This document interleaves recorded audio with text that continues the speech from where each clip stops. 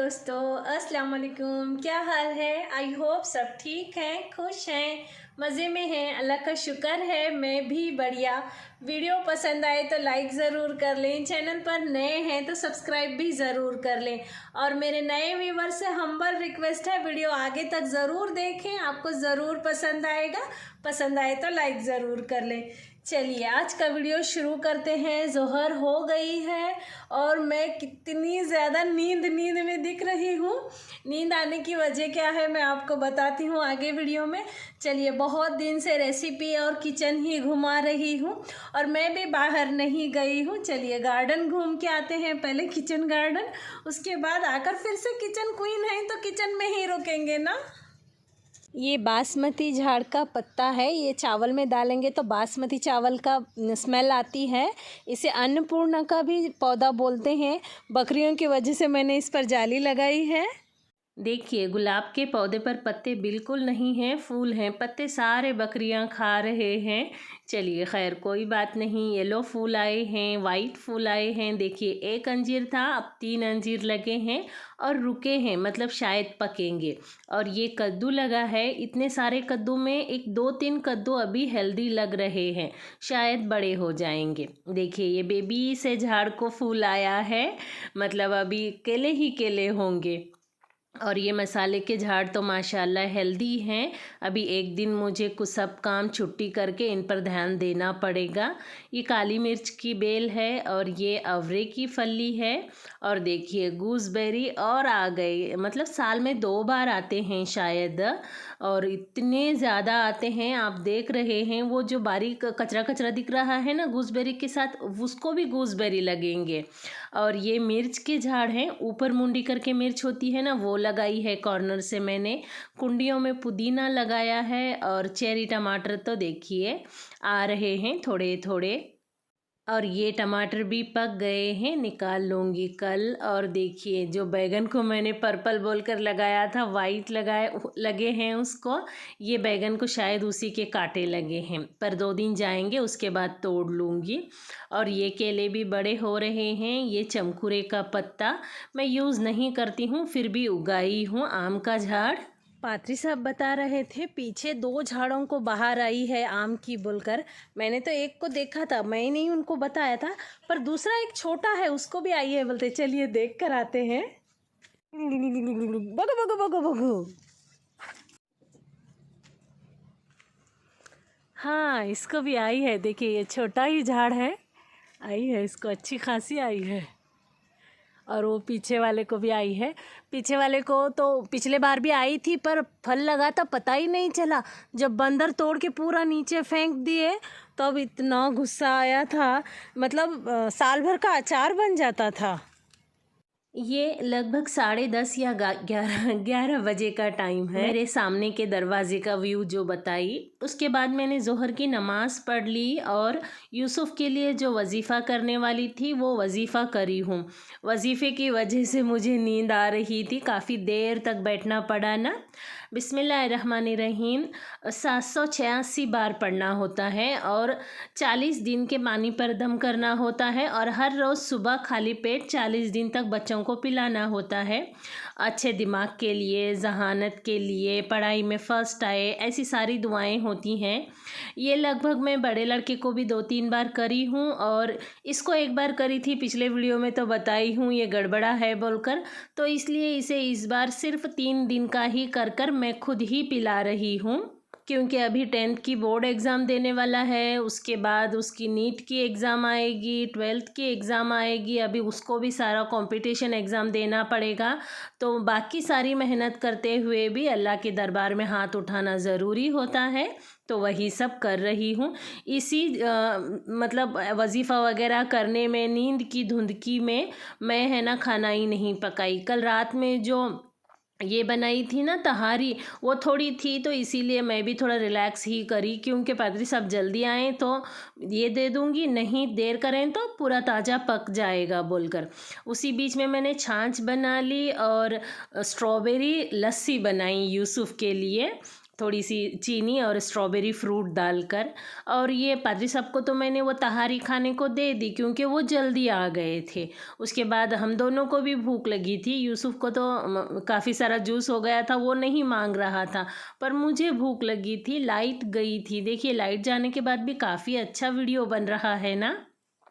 उसके बाद मैंने सोचा ये सैंडविच बनाना है, तो मेयोनीज़ और सॉस लगा के एक दूसरे को चिपका दिया क्योंकि दूसरे स्लाइस पर लगाना ना पड़े। फिर लाल शिमला मिर्च थी, थोड़ी सी प्याज गाजर कट कर ली मैंने, और एक चीज़ का स्लाइस डाला है। वो स्लाइस एक बार खोलने के बाद पूरे ओपन हो जा रहे हैं। शायद उसमें 5 या 6 थे, पर वो पैकेट अच्छा नहीं है, मत लाइए, क्योंकि थोड़ी सी भी हवा लग जाने के बाद है ना उसके कॉर्नर पूरे हार्ड हो गए थे। और एक बार में एक खोलने का रहता है ना, वो सही रहता है। देखिए सैंडविच बना रही थी, तभी बीच में आपको मिक्सी जार बताई ना, तब लाइट नहीं थी। सैंडविच के गर्म होने तक लाइट आ गई। फिर मैंने भी मेरे लिए छाछ बना ली। और ये देखिए ये दंगल। आज मेरा टाइम है ना फ़ोन में ही ज़्यादा गया है। थोड़ा सा मेरे देवर के बच्चे का नाम और मेरे बच्चे का नाम से कंफ्यूज हो गया है। मतलब उसका नाम आना था वहाँ पर अबू रेहान बोलकर, पर अमीर जहीन आया है, तो ये क्या माजरा है बोलकर उसमें आधा फ़ोन करने में टाइम चला गया। और क्या बोलते हैं, मम्मी के साथ बात करने में, और बहन को वैसे हर रोज़ बहन के साथ बात होती है। बस आपा कैसा करूं, आपा ये करूं, आपा इतना करूं, आपा इतना डालूं, ज़्यादातर मैसेज होते हैं और 2 सेकंड की बात होती है। तो हफ्ते भर से सही से बात नहीं हुई थी बोलकर आज उसे भी बात करी। तो फिर मेरा आज टाइम है ना वीडियो अपलोड होने के बाद से 1-1.5 घंटा फ़ोन में ही गया है। 2-3 देवरों को फ़ोन कर ली, और बहन को कर ली, मम्मी को कर ली, बेटे को कर ली, तो लेकिन टाइम गड़बड़ हो गई।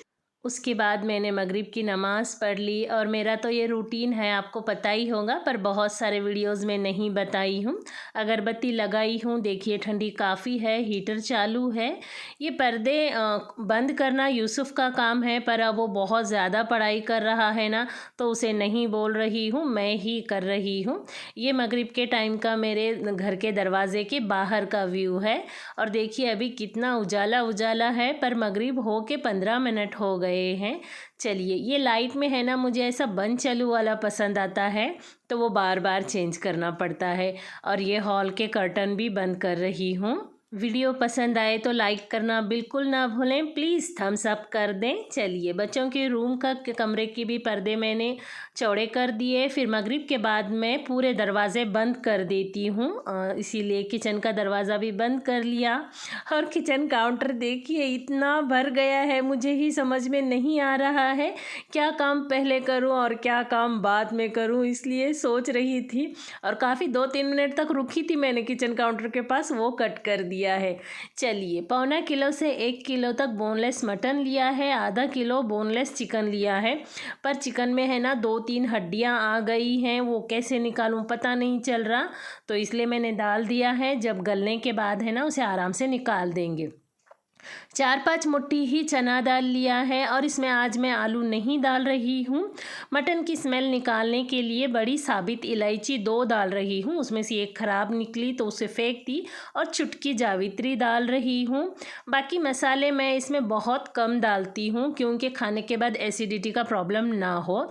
1 चम्मच धनिया पाउडर, 1 चम्मच ज़ीरा पाउडर, 2 चम्मच लाल मिर्च पाउडर, 1 चम्मच हल्दी पाउडर, और नमक 1.5 चम्मच डाला था, पर टेस्ट करने के बाद और 1/4 चम्मच ऐड करना पड़ा था मुझे, मेरे टेस्ट के हिसाब से। आप भी अपने टेस्ट के हिसाब से नमक ऐड करें। 1.5 चम्मच डाल दें, बाद में ऐड करेंगे 1-2 चुटकी तो सही रहेगा।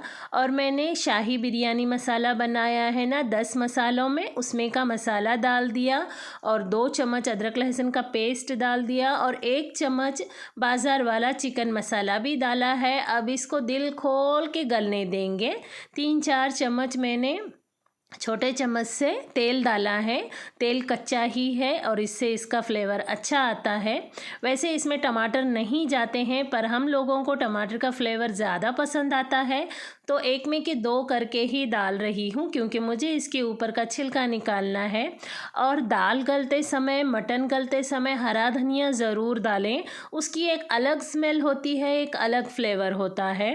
देखिए मैं मेरा काम कर रही हूँ और ये फ्रूट लवर है, अनार छील कर रखे हैं फ्रिज में, तो वो आकर बोल रहा है पूरा खाऊं आधा खाऊं, उसका चालू रहता है, क्योंकि अभी मुझे उसे दूसरे चीज़ें भी देना रहता है ना, तो उसे बोलती हूँ नहीं बेटे आधा ही खा, थोड़ा सा पेट खाली रख, ताकि मैं ये बना रही हूँ तुझे खाना पड़ेगा बोलकर, तो हाँ बोलता है। चलिए आटा तो आज बहुत मसाज के साथ गूंदना है और मेरा काम बहुत ज़्यादा है, तो मैंने ये मेरी प्यारी सी मशीन को बाहर निकाला है और लगभग 700 ग्राम तक मैदा लिया है मैंने, 2-3 चुटकी नमक और थोड़ा सा तेल डालकर अच्छे से टाइट आटा लगा रही हूँ। इतना भी टाइट नहीं कि फतरे जैसा रोटी बेलना ही ना आए, पर टाइट ही लगाना चाहिए इसका आटा। अगर आटा टाइट नहीं लगाएंगे ना तो मोमोज़ स्टीम होते समय फट जाते हैं। तो मैं आज मोमोज़ भी बना रही हूँ। एक्चुअली मुझे है ना टिकिया तक ही वीडियो बनाना था, पर मैं बीच में थक गई। ये मोमोज़ मैं दूसरे दिन अपलोड करना चाहती थी, इतना थक गई कि परेशान हो गई, तो फिर मैंने एक दिन गैप भी कर दिया वीडियो अपलोड करने का, और दोनों मिलाकर मैंने टिकिया की भी रेसिपी और ये मोमोज़ की भी रेसिपी एक साथ ही अपलोड की है। अपने आटे को देखा थोड़ा ढीला ही लगा, पर मैं हाथ में जब ली तो मुझे चिटका नहीं ना। मैदा क्या होता है, थोड़ा सा, ये मेरा मैदा है, मैदा एक्चुअली अलग अलग अपना काम करता है, थोड़ा सा रखने के बाद ये टाइट हो जाएगा, तो इसलिए मैंने ऐसा गूंदा है। आप अपने हिसाब से गूंदें, कभी पानी कम लगता है, कभी ज़्यादा लगता है, और कभी पानी खींचता है, कभी छोड़ता है, तो ध्यान से गूंद लें, लेकिन टाइट ही गूंदें।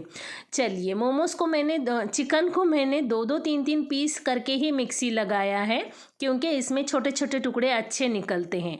उसके बाद मैंने लगभग ये भी 400 ग्राम तक ही चिकन लिया था। उसके बाद थोड़ा सा पत्ता गोभी, थोड़ा सा गाजर, और जितना चिकन था उतना ही प्याज और मुट्ठी भर के हरा धनिया लिया है। आप सब्जियां स्किप कर सकते हैं, इसकी जगह पर थोड़ा सा मुट्ठी भर सोयाबीन गर्म पानी में भिगाकर मिक्सी लगाकर ऐड कर सकते हैं। और इसमें आप 2 चम्मच बटर या 1 चम्मच तेल या 1 चम्मच डालडा डालना बिल्कुल ना भूलें। मैं डाली थी पर मेरा वो क्लिप स्किप हो गया है। चलिए इसको अच्छे से मिक्स कर लिया। 1 चम्मच 1.5 चम्मच काली मिर्च पाउडर भी डाली, नमक डाली और बाज़ार वाला चिकन मसाला डाला, और थोड़ी सी मतलब बहुत चुटकी लाल मिर्च डाली हूँ, क्योंकि मोमोज़ फीके होते हैं और उसे तीखी चटनी के साथ खाया जाता है। देखिए, और इसको जितना पतला हो सके उतना पतला बेलना चाहिए। और मोमोज़ को मैं हर तरीके से फ़ोल्ड कर लेती हूँ, गोल भी करती हूँ, लंबा भी करती हूँ। आप जो भी तरीके का मुझे फ़ोल्ड करने का बताएंगे ना, एक से दूसरी बार में मैं आपको परफेक्ट करके बता दूँगी। देखिए मैंने गोल कर लिया है। अब ये है ना लंबे वाला कर रही हूँ। जस्ट अपन साड़ी को जैसे मिरियाँ डालते हैं ना, वैसे मिरियाँ डालेंगे एक साइड, और दूसरे साइड का प्लेन करके इस तरह से चिपका देंगे। एक्चुअली इस तरह से करने से क्या होता है, मैदा जो ऊपर आया है ना वो थोड़ा स्टीम होने के बाद थोड़ा सा हार्ड लगता है। इसीलिए बाज़ार के मोमोज़ है ना, ये जो मैं बना रही हूँ ये शेप के होते हैं। नहीं, ये तो जिन लोगों को बिल्कुल ही फोल्ड करने नहीं आता है ना, उन लोगों के लिए। देखिए जस्ट ऐसे करके इस तरह से दबा देंगे ना तो भी मोमोज़ बन ही जाएंगे। और इसके ऊपर का तो पतला भी बन रहा है, देखिए कोई प्लेट नहीं, कोई नहीं, जस्ट दबा देंगे। चलिए ये मोमोज़ बाज़ार में मिलते हैं, इसकी वजह मैं आपको बताती हूँ। ये 3 पहले फ़ोल्ड कर लेंगे, फिर इस तरह से खींचते हुए एक इधर का एक इधर का एक इधर का लेकर फ़ोल्ड करते हुए आगे तक चले जाएंगे, और ये लंबे शेप का बनेगा। और जो पहले मैंने फ़ोल्ड किया उसका आटा ऊपर आया था ना चोंच की जैसे, और इसका देखिए आटा अंदर चला गया है और ये चोटी के जैसा लग रहा है ना। तो आटा अंदर जाने की वजह से सॉफ्ट होता है, और खाने वालों को ये दिक्कत नहीं होती है जाड़ा बेले हैं पतला बेले हैं बोलकर। मैं जब ये बना कर खाई ना तब मेरे समझ में आया, हाँ इस वजह से भी बाज़ार के ज़्यादातर मोमोज़ इस शेप के मिलते हैं बोलकर। चलिए देखिए, मैं तो बहुत फास्ट कर लेती हूँ। अगर आपको ना जमे तो मैंने वो जो तीसरा वाला तरीका बताया है ना, जस्ट दबा दीजिए। उसके अंदर का मिश्रण कितना ज़्यादा टेस्टी बनता है ना, उतना ज़्यादा मोमोज़ टेस्टी बनते हैं और सब लोग खा भी लेंगे। बस थोड़े होते हैं, जैसे मेरे छोटे देवर हैं ना, भाभी इसको अच्छा फोल्ड नहीं करे, इसको अच्छा फोल्ड नहीं करे करते हैं, और खुद को करो जी तुम फोल्ड बोले ना आड़ा तिड़ा करते हैं और बोलते हैं मैं अब बीच करा जी पहली बार बोल के थोड़े ऐसे मजाकिया भी होते हैं। तो उन लोगों का बातें हैं ना मजाक में ही लेना चाहिए, दिल पे नहीं लेना चाहिए। चलिए देखिए, मैं दूसरी भी खूब सारी रोटियां करके रख रही हूँ 8-10, और इस तरह से फोल्ड कर रही हूँ। और मैंने है ना स्टीम करने के लिए पहले से पानी गरम रख लिया था, छन्नी को तेल लगा लिया। जितने मोमोज़ बने थे ना उतने मोमोज़ में से आधे मोमोज़ बच गए थे, तो मैंने जैसे कि वैसा प्लेट उठाकर है ना फ्रीज़र में रख दिया था। फिर दूसरे दिन खाने से पहले 2 घंटे पहले मैंने नीचे वाले फ्रिज में रख दिया था। मोमोज़ थोड़े से सॉफ्ट हो गए तो फिर दूसरे दिन भी मैंने अलग तरीके से स्टीम करके खाया था। दोनों में मुझे कोई फ़र्क नहीं लगा, अच्छा लग रहे थे, उतना ज़्यादा काम भी नहीं लगा दूसरी बार स्टीम करने के लिए। देखिए छन्नी में अच्छे से मोमोज़ फैला रही हूँ तेल लगाकर, और मुझे है ना इसे 12 मिनट तक करना पड़ा था, क्योंकि चिकन है ना तो अच्छे से पकना चाहिए, और काफ़ी अच्छा टेस्टी बना था। वैसे मैं जो चटनी बनाती हूँ उसमें थोड़ी सी मूंगफली डालती हूँ, इंडियन टच देती हूँ। पर आज मैं है ना जो बाज़ार से मोमोज़ लाए थे उसकी चटनी है, तो फिर क्यों वेस्ट करने का, उसमें थोड़ा सा सॉस डालकर यूज़ कर रही हूँ। और बहुत ज़्यादा तीखी है इसमें कि 1 चम्मच भी यूज़ नहीं हुई, बाकी सब फेंकने में गई। उसके बाद देखिए ये बाज़ार वाली मेयोनीज़ है, मैंने मेयोनीज़ नहीं बनाई, थोड़ा सा काम की चोरी कर ली क्योंकि आज मैं थक ज़्यादा गई थी। फिर ये ज़्यादा गाढ़ी थी, तो फिर उसे देखिए मोमोज़ पर लगने के लिए मैंने थोड़ी सी पतली कर दी है, थोड़ी सी 1-2 चुटकी चीनी और 2-3 टीस्पून पानी डाला था, आपने देखा ना। ये देखिए इतना अच्छा स्टीम हो गया। मैं गैस से निकाल कर इंडक्शन पर रखी थी क्योंकि टाइमर लगाने में आसान होता है। और ये बन गए हमारे मोमोज़, देखिए कितने अच्छे बने हैं, शेप कितना अच्छा है, और अंदर का भी एकदम सॉफ्ट सॉफ्ट है, बहुत गर्म है। मैं कतरने के बाद एकदम होंठ को मेरे चटका लगा। देखिए खाने में भी बहुत ज़्यादा टेस्टी बने थे। हेलो जी, हेलो, गुड मॉर्निंग। ये दूसरे दिन की सुबह है। मैंने बोला था ना मोमोज़ को दूसरी तरीके से स्टीम किया, स्टीम नहीं किया, उबाला है। देखिए थोड़ा सा पानी डालकर इस तरह से फैला कर ढक्कन लगा दिया था, और ये भी सेम ही लग रहे थे, ऐसा ज़्यादा कुछ फ़र्क नहीं पड़ा था। पर पूरा पानी सूखने तक मैंने पकाया था। वीडियो को लाइक किया नहीं किया तो चलिए जल्दी से लाइक कर लीजिए, नए हैं तो सब्सक्राइब कर लीजिए, मोमोज़ लवर तो प्लीज़ सब्सक्राइब ज़रूर करें क्योंकि बहुत टेस्टी मोमोज़ बने हैं। और ये जो कल का मसाला था ना, मैंने वैसे ही उठा के रखा था और हाथ से ढूंढ ढूंढ कर निकाली, इसमें से 7-8 हड्डियां भी निकली हैं, तो इसलिए मुझे इस तरह से करना पड़ा। और थोड़ा थोड़ा सा मैंने मिक्सी लगाकर उसकी चुइयाँ चुइयाँ बना लिए हैं, और चना दाल का जो फर्स्ट कुकर में था ना, वो चना दाल को बारीक कर लिया है। इसमें आज मैं प्याज डाल रही हूँ, 3-4 बड़े गड्डी प्याज डाली है, 2-3 मुट्ठी हरा धनिया डाला है, अच्छे से मिक्स करके ठंडा कर लिया है। उसके बाद इसमें 1 अंडा और 1 नींबू का जूस डाल रही हूँ, और 2-3 ब्रेड डाल रही हूँ। ये इतने ज़्यादा टेस्टी और परफेक्ट बने थे, बनते समय बिल्कुल सताए नहीं थे। इस वक्त आप नमक भी टेस्ट कर लें, और नमक ऐड करें, मिर्च ऐड करें। मुझे क्या लगा ये मसाला थोड़ा सा गीला हुआ है, हाथ को आटा और तेल लगाना पड़ेगा बोलकर, पर माशाअल्लाह ये गीला होते हुए भी इतने सॉफ्ट, इतने टेस्टी, इतने परफेक्ट बने थे। और इसे पिछली बार जो बनाई थी ना उतना तेल नहीं लगा था, पिछली बार तो इसमें के पाव बनाई थी तो भी तेल कितना ज़्यादा लगा था, ये तो इस बार का तेल बिल्कुल नहीं खींचे हैं। और क्या बोले तो इसकी वजह मुझे लगता है मैंने इसमें आलू नहीं डाला है ना, इसलिए तेल बिल्कुल कम, मतलब कम ही लगा है। और ये एक टिकिया मैंने इस तरह से आटा वगैरह लगाकर बना लिया क्योंकि मुझे वो थोड़ा मिश्रण गीला गीला लग रहा था।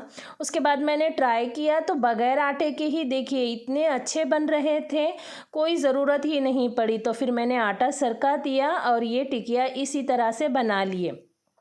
मैं पूरे टिकिया बनाकर आधे उठाकर फ्रीज़र में रख दूंगी और आधे नीचे फ्रिज में रख दूंगी। यूसुफ चलते फिरते खाता है। चलिए ये वीडियो को यहीं ख़त्म करती हूँ। Love you all, take care, bye bye.